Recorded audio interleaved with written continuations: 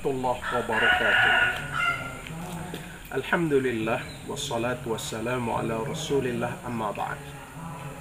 Pemirsa sekalian yang dirahmati Allah, pada satu ketika Nabi Muhammad sallallahu alaihi wasallam siang hari setelah melaksanakan sholat zuhur, Rasulullah melihat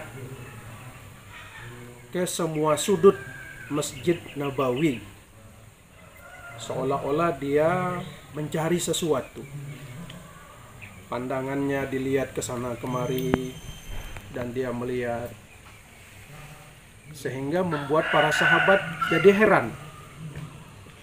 Ada apa dan apa yang dicari oleh Nabi ini, sehingga beliau melirik ke sana kemari, seolah-olah ada yang dia cari, seolah-olah ada yang hilang.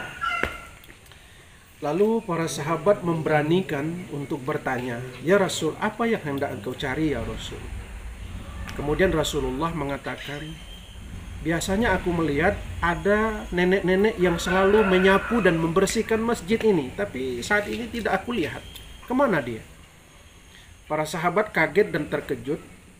Orang yang mulia, orang yang tinggi derajatnya, begitu sangat memperhatikan hal-hal yang tidak menjadi perhatian para sahabat.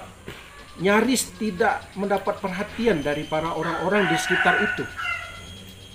Tukang sapu masjid yang selalu membersihkan masjid, nenek-nenek yang sudah tua, mendapat perhatian yang istimewa dari baginda Rasulullah, sehingga membuat para sahabat ketika itu jadi malu. Lalu sahabat mengatakan kepada baginda Rasulullah, "Ya Rasulullah, kalau yang engkau maksudkan nenek-nenek yang selalu membersihkan Masjid Nabawi ini adalah beliau sudah menghadap kepada Allah Subhanahu wa Ta'ala. Beliau sudah meninggal."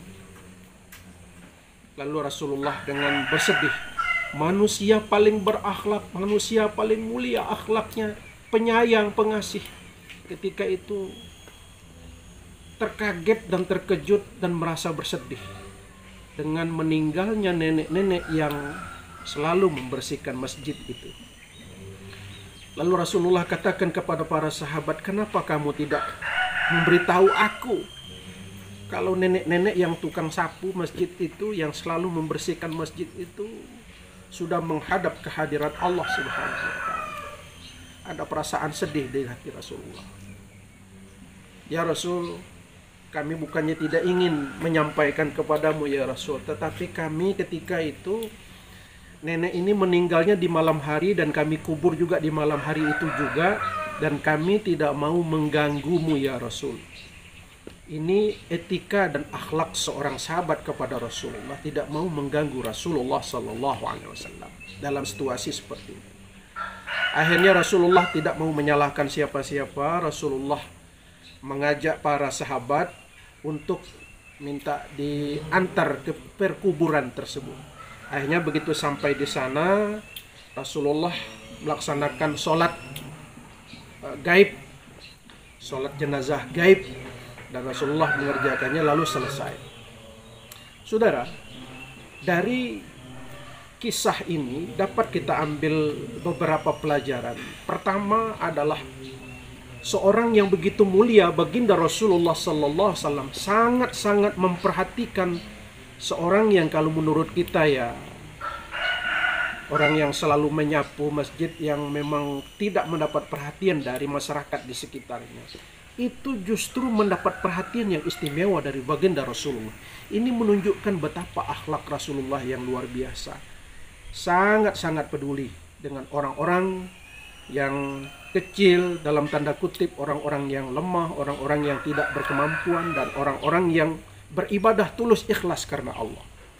Yang kedua, kita lihat etika para sahabat yang tidak mau mengganggu Rasulullah.